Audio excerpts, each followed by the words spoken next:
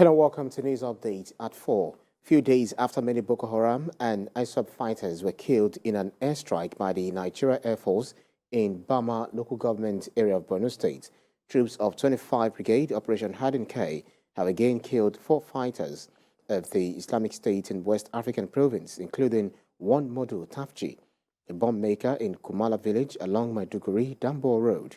According to counterinsurgency experts in the Lake Chad region, Zaga Zola Makama, the ISWAP fighters ambushed the troops who, alongside the civilian joint task force, repelled the attack. According to sources, the ISWAP fighters detonated an explosive on one of the patrol vehicles of the troops, which was followed by gunshots. The troops engaged the ISWAP fighters in a heavy gun battle and defeated them. And a new report by a Lagos-based security and political risk research firm has showed that about 653.7 million naira was paid as ransom in Nigeria between July 2021 and June 2022 for the release of kidnapped victims. The report, The Economics of Nigeria's Kidnapping Industry, conducted by SBM Intelligence and published in August, detailed the country's security issues, including incidents of banditry and the costs associated with kidnapping for ransom. According to the report, at least 500 incidents of kidnapping were recorded and 3,420 people were abducted across Nigeria, with 564 others killed in violence associated with abductions in the one-year period. The security report also recorded that 6.531 billion naira was demanded in ransom in the year, but 653.7 million naira was paid as ransom for the release of the captives. The Hydroelectric Power Producing Areas Development Commission says its Youth Transformation Training Program is capable of curbing insecurity among dwellers in its focus states. Hyperdeck, head of the Community Development, Ibrahim Babangida Ibrahim, said this during a 2-day training of trainers workshop in Ilorin. Our correspondent Ibrahim Alege reports on this. Unemployment and idleness have forced many youths into crime. This does not help the worsening insecurity situation in the country. Now, the Hydroelectric Power Producing Areas Development Commission, Hyperdeck, is stepping in with its own strategies towards stemming the tide. This explains why it is organizing this training of trainers with the intent that the training will permeate to the target population. Educating the youth and training them in such a way that they will have skills acquisition programs. They might be busy in such a way that they will stay away from crimes and doing activities that will lead to crimes. So this is one of the mandate of the Hyperdeck. Computer appreciation. We cannot learn that one in less than 3 months. So those ones, fish farming, all of those ones, they are going for 6 months. Then trainings like barbing, hairdressing, cosmetologists, those ones are the short-term skills, which will last for 3 months. The National Directorate of Employment, NDE, is among the agencies enlisted for the training. Some of the trainees will be attached to NDE-trained artisans to train and sharpen their skills. Depending on the number of trainees we have in a location and the skill that the participants have applied for, we look for our trainers that are there. We have trainers scattered all over the country, and we have in the 16 local government of Kwara State.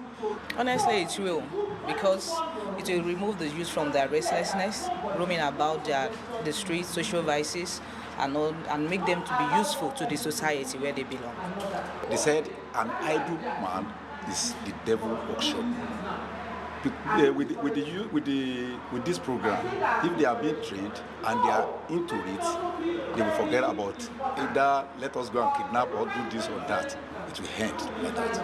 Hyperdeck focus states are Kwara, Kogi, Plateau, Benue, and Niger State, while selected local government areas of the Commission's activities in Kwara State include Patigi, Kayama, Moro, Barutin, Edu, and Ilorin East.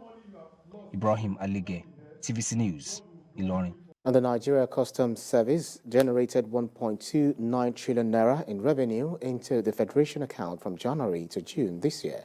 This is higher than the amount generated within the same period last year by 28.8%. Our correspondent Lara Folayon reports. The Nigerian Customs was given a revenue target of over 3 trillion naira this year, an amount higher than last year's figure by about 81%. Despite this tall order, the agency says 1.292 trillion naira has been raked into the Federation account in the first half of this year. This is in spite of lower pre-arrival assessment reports issuance seen compared to the same period last year. It adds that above 156 billion has been generated into the non-Federation account as collections made on behalf of other agencies. Between January and June 2022, we have been able to generate the sum of 1,292,904,201,376 naira 89 kobo into the Federation account, as against the sum of 1,3billion,540,084,590 naira 16 kobo for the corresponding period in 2021. On excise duties, over 68 billion naira was collected from beer, spirits and other alcoholic beverage manufacturers from January to June.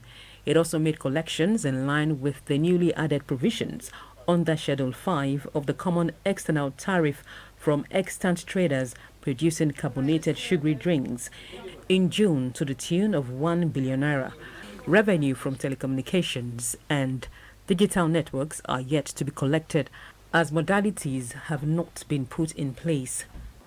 A total of 68 billion 15 million 808,146 naira and 61 kobo was collected from manufacturers of beer, spirits and other alcoholic beverages. Smuggled goods worth 39.1 billion naira were also seized due to policy and regulatory infringements.